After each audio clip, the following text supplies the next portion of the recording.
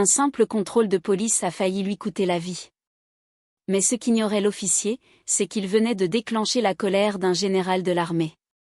Découvrez comment un adolescent a affronté l'injustice et a fait tomber un tyran.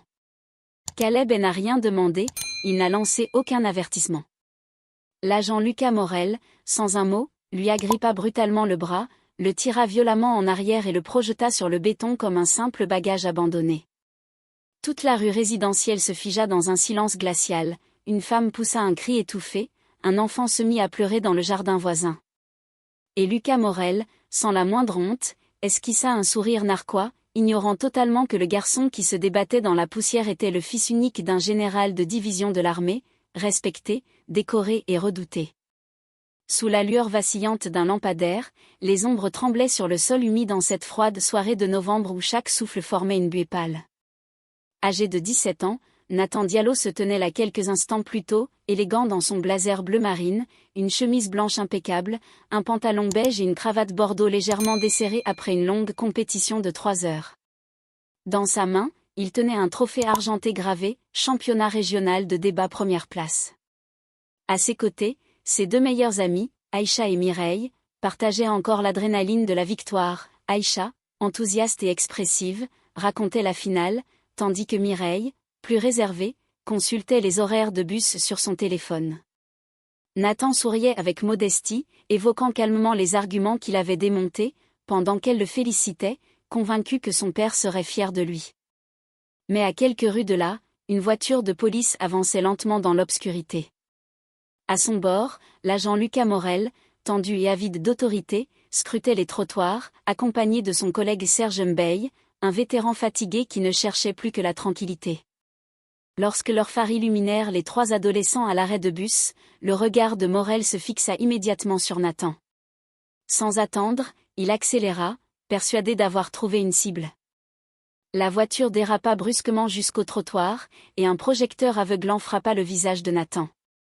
Le cœur battant, il se rappela les conseils de son père, garder les mains visibles, rester calme, obéir sans provoquer.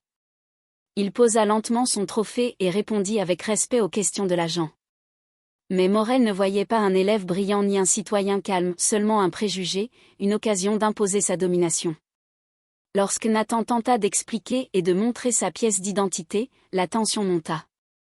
Aïcha, tremblante, sortit son téléphone pour filmer. Morel s'emporta, hurla, perdit tout contrôle. En une fraction de seconde, il dégaina son tasé. Malgré les protestations de Serge, il tira. 2 électrodes traversèrent l'air glacé et frappèrent Nathan en pleine poitrine. Une décharge de 50 000 volts parcourut son corps. Ses muscles se crispèrent violemment, sa respiration fut coupée, et il s'effondra lourdement sur le béton. Les cris d'Aïcha déchirèrent le silence tandis que Mireille éclatait en sanglots. Au sol, prisonnier de convulsions incontrôlables, Nathan ne pouvait ni parler ni respirer correctement. Pourtant, au-dessus de lui, Lucas Morel continuait de crier des ordres absurdes, exigeant qu'il se rende alors même qu'il venait de l'électrocuter. Puis, sans attendre, il enfonça brutalement son genou dans son dos et força violemment ses bras en arrière, ignorant la douleur et l'injustice qui venaient de briser, en quelques secondes, une nuit qui aurait dû être celle d'une victoire. Il tira avec une telle violence qu'il faillit lui déboîter l'épaule. Le métal glacé des menottes s'enfonça cruellement dans les poignets de Nathan Diallo, serré à l'extrême. « Morel, mais qu'est-ce que tu viens de faire » cria Serge Mbeille, accourant enfin, le regard horrifié en découvrant le jeune homme, la tête ensanglantée après avoir heurté le sol. Il a fait un geste brusque, il cherchait quelque chose, se justifia Lucas Morel, haletant, avec un rictus triomphant en relevant Nathan de force par les menottes pour le mettre à genoux. Il prenait juste sa carte d'identité, espèce d'idiot, répliqua Serge, livide. Aïcha continuait de filmer, les larmes coulant sur son visage, les mains tremblantes. « Ça va » demanda Serge d'une voix paniquée, mais Nathan était incapable de répondre. Sa poitrine semblait écrasée, son cœur battait de façon irrégulière, dangereusement désordonné à cause du choc électrique. « Mets-le à l'arrière de la voiture » ordonna froidement Morel, « appelle une ambulance », mais il part en garde à vue pour rébellion et agression sur agent. « Agression ? Il ne t'a même pas touché » protesta Serge. « Il m'a menacé par son attitude. » Maintenant exécute, ou je t'accuse d'insubordination. Résigné, Serge traîna à moitié Nathan inconscient jusqu'à la voiture, tandis que Morel menaçait les deux filles. Mais Aïcha, le regard dur, murmura « Tu vas le payer, tu n'as aucune idée de ce que tu viens de faire. » Morel éclata de rire, sûr de lui, ignorant qu'il venait de signer sa chute.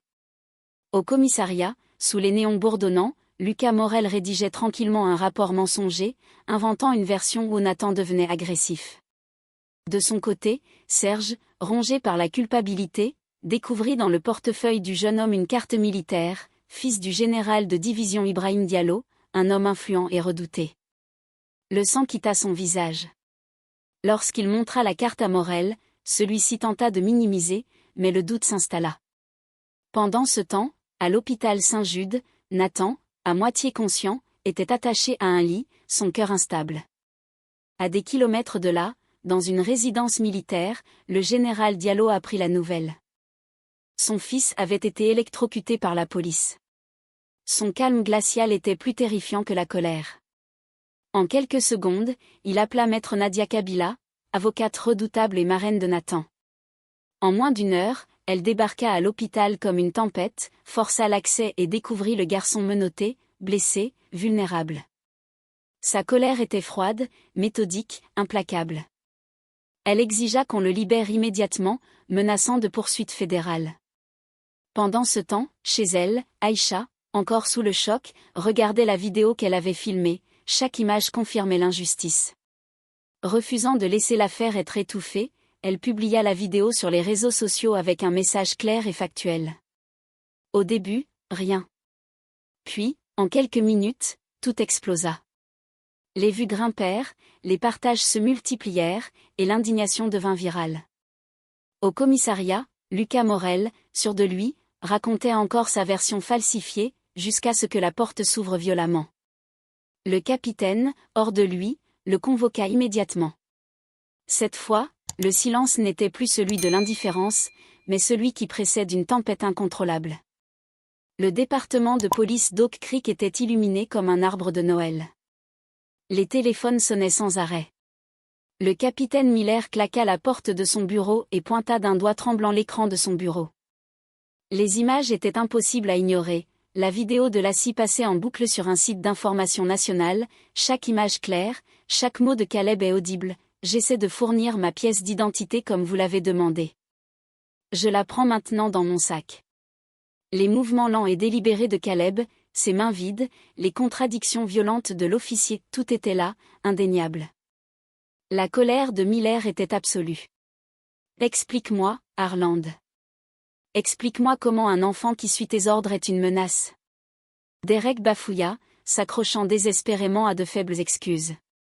Il n'était pas coopératif, la caméra corporelle montrera. J'ai récupéré la vidéo de la caméra corporelle, rugit Miller en frappant ses poings sur le bureau. Elle correspond parfaitement à celle de la fille. Tu as tasé un mineur désarmé. Et tu l'as accusé d'agression. Son esprit vacillait. Le maire avait appelé. Le bureau du gouverneur avait appelé. La panique s'installait dans chaque recoin du commissariat. Puis, juste après 1h45 du matin, les portes s'ouvrirent. Le major général Marcus entra, impeccable en uniforme de service de l'armée, 2 étoiles argentées scintillant sur ses épaulettes, flanqué de policiers militaires armés et derrière eux, 4 agents du FBI. Le bureau devint silencieux. Les téléphones cessèrent de sonner. Les officiers s'immobilisèrent. Derek Harland, dépouillé de son insigne et de son arme, sentit un froid terrifiant parcourir son échine. Marcus marcha droit vers Miller, puis vers Derek. « Tu pensais qu'il n'était personne ?» murmura Marcus, sa voix basse et mortelle uniquement pour Derek. « Tu as vu un jeune homme attendre le bus et tu as décidé de nourrir ton ego. Le cœur de mon fils s'est arrêté 6 secondes ce soir à cause de toi. » Derek tenta de parler, mais le regard de Marcus le réduisit au silence. « Tu seras poursuivi au maximum de la loi fédérale. Tu perdras ta pension. Tu perdras ta liberté. Quand j'aurai fini avec toi, tu ne seras rien. » Le FBI saisit toutes les preuves et verrouilla le commissariat. Derek s'effondra, réalisant enfin que sa vie était terminée. Pendant ce temps, le moniteur cardiaque de Caleb bipait régulièrement, rappelant la nuit où sa vie avait failli être volée. 3 semaines plus tard, Caleb était assis près de la grande baille vitrée de la maison fortifiée de sa famille à Fort Marshall, les cicatrices physiques guérissant mais les blessures psychologiques encore vives. En bas, Marcus avait transformé son bureau en quartier général stratégique, tandis qu'Helena orchestrait une offensive médiatique pour exposer l'abus systémique du département de police d'Oak Creek. Ils compilèrent les rapports, récupérèrent les messages supprimés et exposèrent un schéma de conduite motivé par le racisme. L'officier Mitchell avait témoigné contre Derek Harland. Chaque action de Derek était maintenant révélée. Helena posa une main sur l'épaule de Caleb. Et Derek Harland a essayé de voler ta dignité et presque ta vie. Mais il s'est trompé. Il t'a mis en lumière et lui-même dans l'obscurité. Il va aller en prison. Je te le promets. Marcus ajouta, nous ne gagnons pas seulement des batailles, nous nous assurons que l'ennemi ne puisse jamais frapper à nouveau. Le procès commence dans 2 mois. La salle d'audience était tendue. Derek Harland, autrefois sûr de lui, tremblait désormais sous le contre-interrogatoire. Helena diffusa la vidéo de Lassie, preuve irréfutable que Caleb ne représentait aucune menace. La défense du « j'ai eu peur pour ma vie » s'effondra. Les textos de Derek, dans lesquels il se vantait de « faire subir la foudre », furent lus à haute voix. Le jury délibéra à peine. 3 heures avant de rendre un verdict inévitable, coupable de tous les chefs.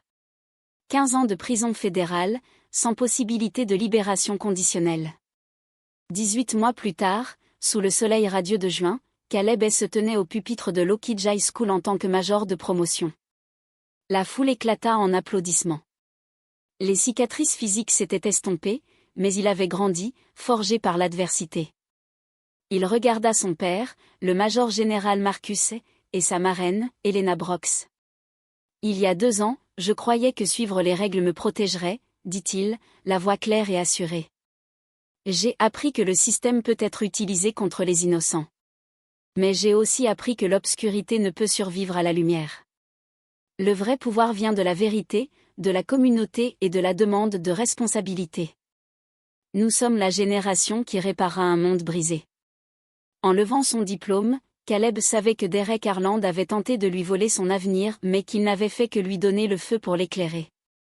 Cette histoire nous rappelle, ne jamais confondre silence, jeunesse ou gentillesse avec faiblesse. Défendez ce qui est juste. Protégez les vulnérables. Dites la vérité. Le vrai pouvoir réside dans l'intégrité, le courage et le refus de laisser le mal impuni.